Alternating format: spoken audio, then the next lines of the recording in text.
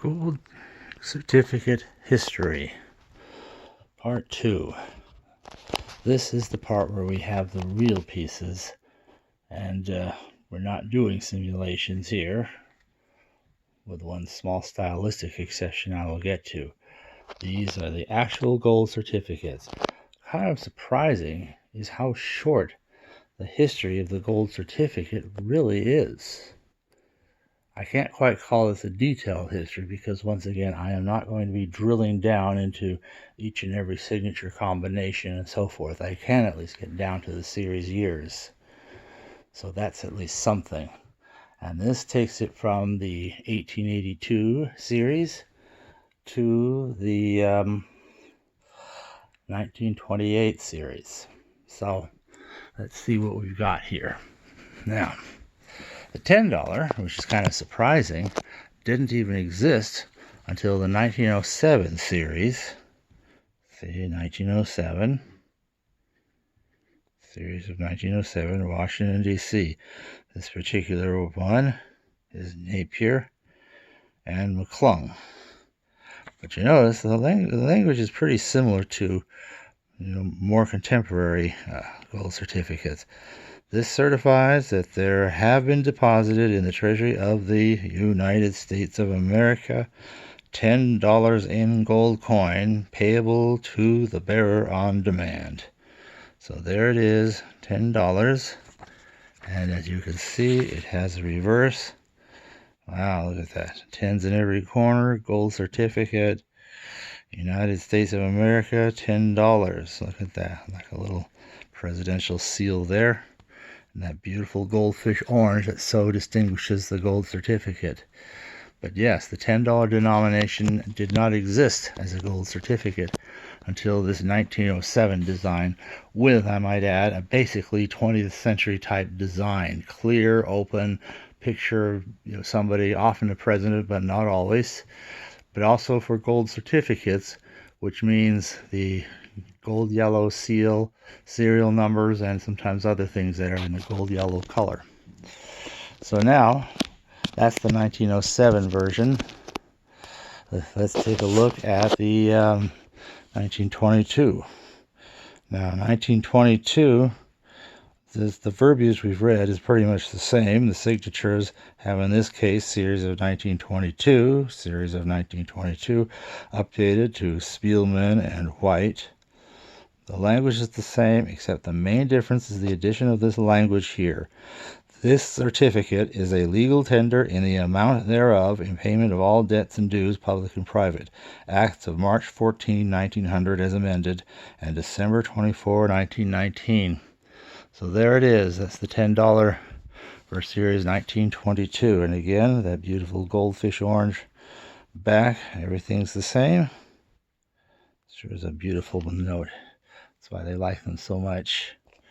Finally, the $10 ended here with this 1928. Woods and Mellon, same thing. And here, the same thing. Your certificate is a legal tender in the amount thereof in payment of all debts and dues, public and private. But no more talk of all this, what did it say here? Acts of March 14, etc., etc. That's not there. So, now, the $20 does date to, as a widely circulating medium, to the series, well, it's not a series of 1882, it's just the act of July 12, 1882. So they don't have a series of it per se. Now, I'm noticing it's pretty colorful. The serial numbers in this particular case are blue. The seal is red. And the number names on here happen to be Lyons and Roberts, which means this is coming from around the turn of the century. Now, in the older days, when first created in 1882, because that's in that kind of a brown seal period, that also gave us all the brown seal and brown back second charter national bank notes, it would have had a brown seal. But some in the later 1880s would have had a red seal, and then back to the brown seal for the beginning of the 1890s, and finally back to the red seal again, and for going across the century. Now here we have a transitional figure. Did I show the back? Let's throw the back. Yeah, okay, so there's 20, $20 United States gold certificate. Look at that. And there's a nice eagle there. There he is. He's kind of weak. It's hard to see his picture. Okay. So now coming into the 20th century, we're kind of transitioning there. You see a style that is actually somewhat reminiscent of the Federal Reserve $20 bills clear up into a series of 1995. Now, we still have red seals for everything because this is from before coming into the 20th century very much. Everything had red seals or at certain times brown seals. But you can see the transition from kind of goldish to not so gold everywhere across. The gold inside the 20, the gold in gold coin. Act of July 12, 1882. So still on the same law, but this is now series of 1905. This is the one they call the technicolor note. And although I have to apologize for the condition of this one, but at least it is a gold $20 gold certificate. Look at that, 2020 United States of America. Look at that, gold 20. So we're kind of coming into the 20th century. But the very next year, we finally acquire the gold color seals and serial numbers and any other things like the XXs all in the printed gold or yellow, however you want to see it as. And so this fully enters the 20th century in terms of design. And like I said, there's that kind of scroll work at the top and other places that will be, even some of the scrolls at the sides that'll be seen as we get into later $20 gold notes, $20 notes, clear through to 1995. So, and here's his back, by the way. We did see that. Okay. Then we have the same thing again. This is now the series of 1922, and you can see it's got Spielman in white, and it looks the same curl thing there, the same swooping United States of America. So there it is, Washington. Okay, and here's our goldfish orange back. Look at that. That's so pretty. Gold certificate, gold, $20. Boy, that's really something, isn't it? So, yeah, I don't know if we looked at this, but it's pretty much the same for all of these until you get to the small size, which, except for the gold color seals, and it says gold on the ends there, you could almost think it was just a more contemporary $20 bill. You see the same swooping sort of ribbon at the top, United. Now it's got the in the middle, and then United States of America.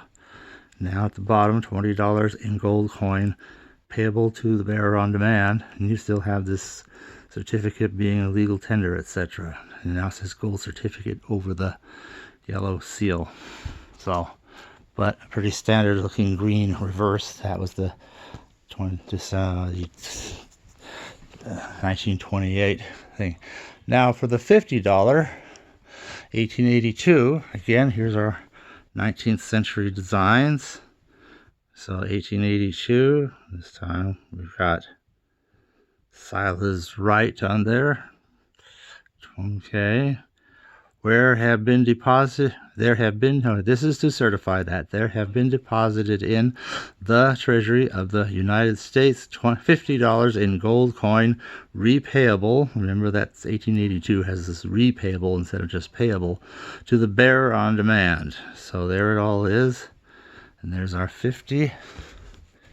And then on the back again, so $50, $50, United States gold certificate. There's our eagle. There we go. So now we skip down here. This is the series, still series of 1882. But, well, not series, it's Act of July 12, 1882. Series of 1913. Series of 1913. And so again, we're jumping from the 19th century to the 20th century. And you have gold seals, gold serial numbers, gold $50 everywhere. Same verbiage, gold certificate, and now everything's together here. This certifies that there have been deposited in the Treasury of the United States of America $50 in gold coins. So that's all the same. And there's his back. Look at that. $50, 50, 50, and so forth. United States of America, $50 in gold coin. So, once again, for Series 1922, now again with Spielman and White, Series of 1922, we've added this verbiage here that it's a legal tender, etc. Acts of March 14, 1900 is amended, and so forth. And here's the back of it, again, like the previous one. So just love that goldfish orange color. Such a shame they abandoned it when they went to the small size, 1928, with Woods and Mellon. But there it is. So that's our small size gold certificate. So now moving up, $100 gold certificate. Now back to the 1882, the 19th century design, and all the same, repayable and so forth. And this says Teehee and Burke in this case, but anything prior to Spielman or White is going to be the 1882 series for most of these, except where there's a 1905, 6, 7, or 13 series intervening. So, United States gold certificate. Oh, look at that. Bureau of Engraving and Printing. Look at that. So that was kind of a deal because in those old days, some things are still being printed elsewhere. But as we get to the series of 1922 for this, we're still using the 19th century design. You see how it's similar to all these 1882s and not to the 20th century type designs that we've seen so far. So that's what happens with the $100. And indeed, all that 1922 did was add, again, the language about this certificate is a legal tender, etc., and also the Acts of March 14, etc. This is the reverse of it. The C is for 100. United States gold certificate. Look at that. Bureau Engraving and Printing. Like those little stars. $100. Look at that. So the only thing next to do is we get the 20th century when we at last get to series of 1928. There's our gold $100 bill. And the back goes to the green, unfortunately. Oh well. And then we get up to the 500. So this is $500 in gold coin. Again, the 1882. Let's look at that 19th century design. In this case, it's got Parker and Burke. And on the back, it's got now the D for 500 and so forth. So more orange. That's kind of nice. And then nothing much changed for 1922 other than to add the certificate as a legal tender. So that's all we added there. So, Spielman and White. So there's that. And repayable again. And there's the back with a very somewhat familiar looking eagle there. Gold certificate. D, $500. Pretty neat. And then you get to the $500 small size. 1928, Woods and Mellon. It's the same language other than the Acts of March 14, blah, blah, blah. And the back goes back and reverts to the green for normal $500. And then for the 1,000. Now, this is the only case where I didn't have anything original. You remember the original looked like that from the specimens. This is the only non-real piece of gold certificate I'm looking at today in this one. So, because series of 1907 right away introduced this $1,000 gold certificate in a 20th century design. So, and there's his back. Gold certificate, United States, $1,000 in gold coin. Look at that. Beautiful netting in the back and the presidential seal, pluribus unum, which they modified somewhat, mostly to add this language here for the series of 1922 with Spielman and White for the signatures. And so, otherwise, it's pretty much the same. in gold coin payable to the bearer on demand. And there's our same familiar reverse. So there's that. And then the only thing left was to do the 1928, the small size. But see, now they've been doing that denomination with a 20th century design, since it was too early for my collection here to be able to span reality. The 10,000 stayed with the old style that you saw in the simulation ones.